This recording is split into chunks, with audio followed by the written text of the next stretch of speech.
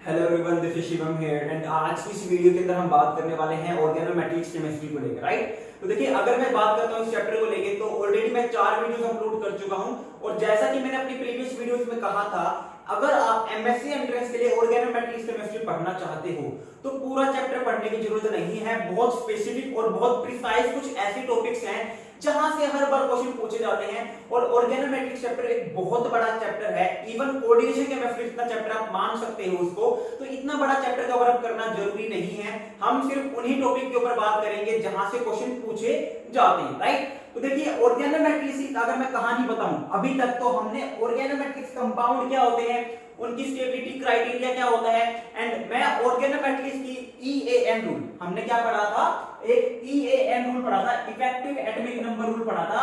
उसके बेसिस के ऊपर अगर मुझे किसी कॉम्प्लेक्स के बारे में कुछ इंफॉर्मेशन निकालनी है तो वो कौन कौन सी इंफॉर्मेशन है जो मैं गैदर कर सकता हूं, वो सारी चीजें हमने पढ़ ली है, राइट। मैंने आपको ऑर्गेनोमेट्रिक्स की स्टेबिलिटी का क्राइटेरिया बताया था कि वही ऑर्गेनोमेट्रिक्स कंपाउंड स्टेबल होते हैं जो कि हमारे पास इफेक्टिव एटॉमिक नंबर रूल को फॉलो करते हैं। What is effective atomic number rule? कि हमारे पास कोई भी अगर एक ऑर्गेनोमेट्रिक्स कॉम्प्लेक्स है तो उसका हमें क्या करना होता है, इलेक्ट्रॉन काउंट करना होता है। जो डी ब्लॉक एलिमेंट है उसके अंदर टोटल कितने इलेक्ट्रॉन्स हैं, प्लस में जो इलेक्ट्रॉन काउंट है लिगेंड का, उन दोनों को जब हम ऐड कर देते हैं और अगर वो जो मेरा इलेक्ट्रॉन काउंट है वो किसी नोबल गैस के एटॉमिक नंबर के इक्वल आता है तो वो स्टेबल है, राइट। और दूसरा हमने क्या देखा था कि अगर मेरा जो कॉम्प्लेक्स है वो 18 इलेक्ट्रॉन रूल को फॉलो करता है, अगर वो 18 इलेक्ट्रॉन रूल को फॉलो करता है तो भी वो स्टेबल है और on the basis of 18 electron rule हम स्टेबिलिटी बता सकते हैं।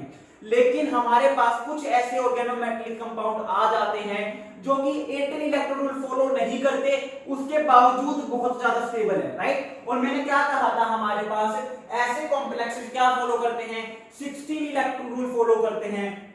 एंड हमारे पास जो स्क्वायर प्लैनर कॉम्प्लेक्सेस है, जो स्क्वायर प्लैनर कॉम्प्लेक्सेस है, या फिर हमारे पास जो स्क्वायर पिरामिडल कॉम्प्लेक्सेस है, या फिर हमारे पास जो स्क्वायर पिरामिडल कॉम्प्लेक्सेस हैं, यही दो ऐसे कॉम्प्लेक्सेस हैं जो कि हमारे पास 16 इलेक्ट्रॉन रूल को फॉलो करते हैं एंड स्टेबल भी रहते हैं, राइट। तो आपके पास क्वेश्चन डायरेक्टली उठ के आता है आपके एग्जाम के अंदर कि बताओ इनमें से कौन सा कॉम्प्लेक्स जो है स्टेबल है, इंस्टेड ऑफ दिस कि वो 18 इलेक्ट्रॉन रूल फॉलो नहीं कर रहे हैं, राइट। तो आपकी नजर और आपका माइंड एक ही जगह जाना चाहिए कि अगर मेरा कॉम्प्लेक्स 18 इलेक्ट्रॉन रूल फॉलो ना करने के बावजूद स्टेबल है, यानी कि वो 16 इलेक्ट्रॉन रूल को फॉलो कर रहा होगा, एंड यानी कि वो मेरे पास स्क्वायर प्लैनर या फिर स्क्वायर पिरामिडल ज्योमेट्री जो है वो पोजेस कर रहा होगा, राइट। अब पूरी ऑर्गेनोमेट्रिक केमिस्ट्री की अगर मैं बात करता हूं तो कुछ लगभग 7 से 8 ऐसे कॉम्प्लेक्सेस हैं जो कि हर बार पूछे भी जाते हैं और इन्हीं से क्वेश्चन आते हैं और लगभग जो है लगभग सारे के सारे जितने भी 16 इलेक्ट्रॉन कॉम्प्लेक्सेस हैं वो कवर अप कर लेते हैं। तो आज की वीडियो के अंदर हम उन 7 से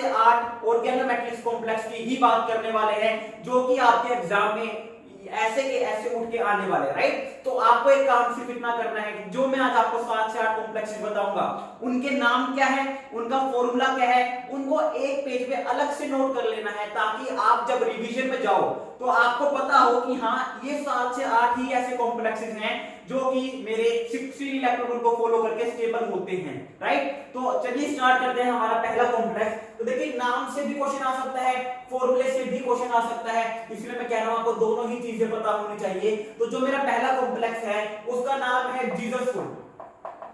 उसका नाम क्या है हमारे पास, जीसस सोल्ट। एंड अगर फॉर्मूला की बात करता हूं तो इसका फॉर्मूला हमारे पास देखने को मिलता है K, दैट इज पोटेशियम जो कि काउंटर आयन की तरह ट्रीट हो रहा होगा, K Pt जो कि हमारे पास सेंट्रल एटम है Cl3C2H4, KPTHCl3C2H4, राइट। ये हमारे पास जीसस सोल्ट होता है और ये 16 इलेक्ट्रॉन रूल को फॉलो करता है। अगर आप भूल चुके हो कि हमें कैसे किसी का भी इलेक्ट्रॉन काउंट निकालना है तो वीडियोस बनी हुई हैं, उस पूरी प्लेलिस्ट का लिंक आपको डिस्क्रिप्शन बॉक्स में मैं दे दूंगा, वहां पर जाके आप पहली वीडियो से स्टार्ट कर सकते हो। ज्यादा बड़ी वीडियोस नहीं है, 10 से 15 मिनट की कोई वीडियो रहती होगी तो आपको निकालना आ जाएगा इलेक्ट्रॉन काउंट। फिर भी मैं अगर आपको हिंट दूं तो होगा क्या, हमें पता है जो Pt है वो मेरे पास D8 सिस्टम पोजेस करता है, तो यहाँ पर टोटल 10 वैलेंस इलेक्ट्रॉन पाएंगे, यहाँ पर टोटल 10 वैलेंस इलेक्ट्रॉन पाएंगे, 8 इलेक्ट्रॉन D ऑर्बिटल के एंड हमारे पास 2 इलेक्ट्रॉन S ऑर्बिटल से आएंगे, राइट।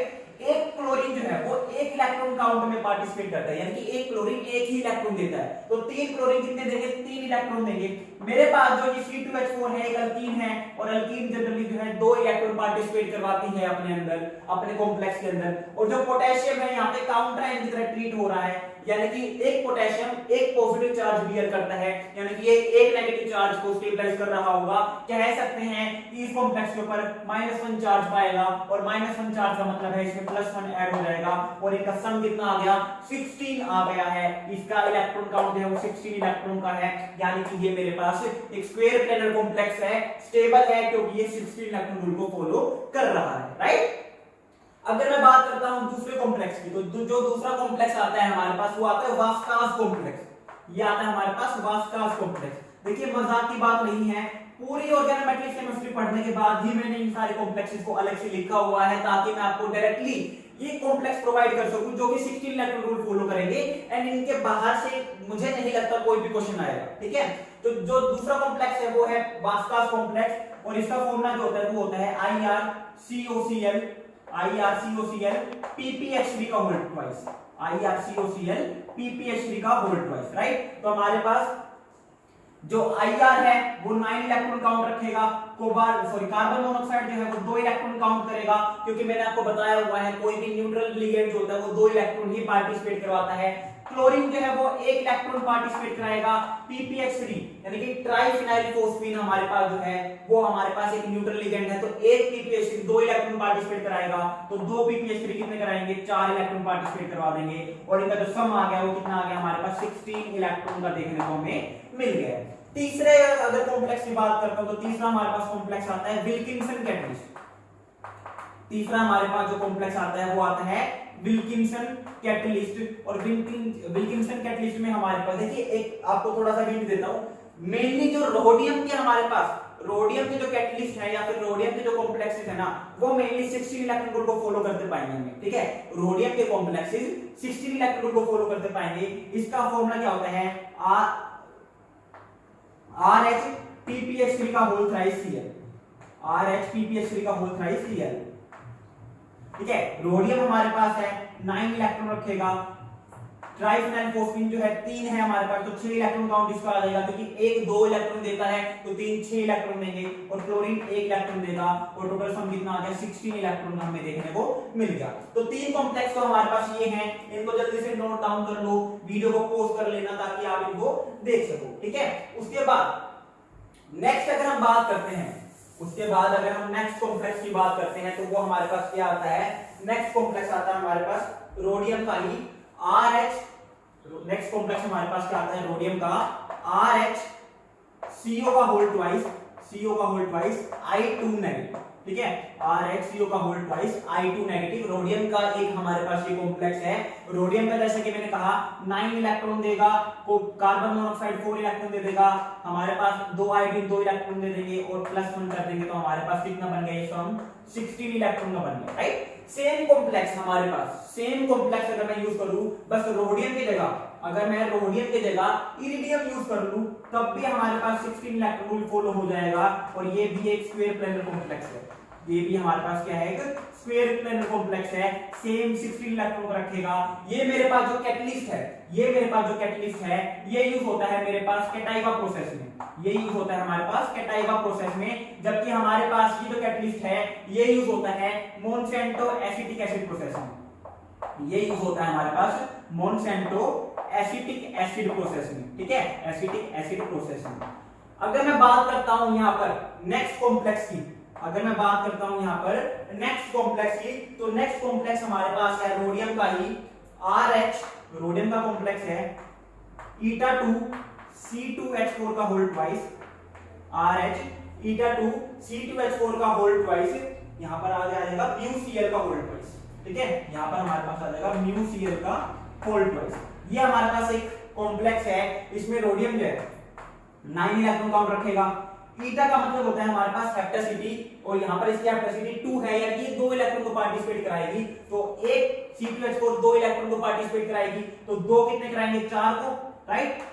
यहां पर आपकी बात देखिए म्यू जो है, म्यू का मतलब होता है ब्रिजिंग, म्यू का मतलब क्या होता है हमारे पास ब्रिजिंग, और ब्रिजिंग लिगेंड जो होते हैं वो हमेशा जो है 3 इलेक्ट्रॉन डोनर की तरह मेनली काम करते हैं। तो यहाँ पर कितने आ जाएंगे 3 इलेक्ट्रॉन आ जाएंगे और यहाँ पर कितना बन गया, यहाँ पर सम बन गया 16 इलेक्ट्रॉन का सम हमारे पास देखने को मिल गया है। तो ये हमारे पास फर्दर 3 और कैटलिस्ट है जो कि हमारे पास जो है 16 इलेक्ट्रॉन रूल को फॉलो करते हैं, राइट। अगर मैं बात करता हूं नेक्स्ट कैटलिस्ट की, ये हमारे पास हो चुके हैं 6, एक और 2 और बच गए हैं जो कि हमारे पास 16 इलेक्ट्रॉन रूल को फॉलो करते हैं। अगर मैं बात करता हूं नेक्स्ट कैटलिस्ट की, तो हमारे पास जो नेक्स्ट कैटलिस्ट आता है वो आता है एक बहुत इंपॉर्टेंट कॉम्प्लेक्स है, एक बहुत कॉम्प्लेक्स इंपॉर्टेंट कॉम्प्लेक्स है Re2Cl829, ठीक है। ये हमारे पास एक स्क्वायर प्लेनर कॉम्प्लेक्स है और जैसा कि मैंने कहा स्क्वायर प्लेनर कॉम्प्लेक्स जो हमारे पास 16 इलेक्ट्रॉन रूल को फॉलो करेंगे, ये भी 16 इलेक्ट्रॉन रूल को ही फॉलो कर रहा होगा। तो ये हमारे पास 6 से 7 ऐसे कॉम्प्लेक्सेस हैं जो कि हमारे पास क्या करते हैं, हमारे पास 16 इलेक्ट्रॉन रूल को फॉलो करते हैं। इनको एक पेज पे नोट कर लेना ताकि आपको सारे के सारे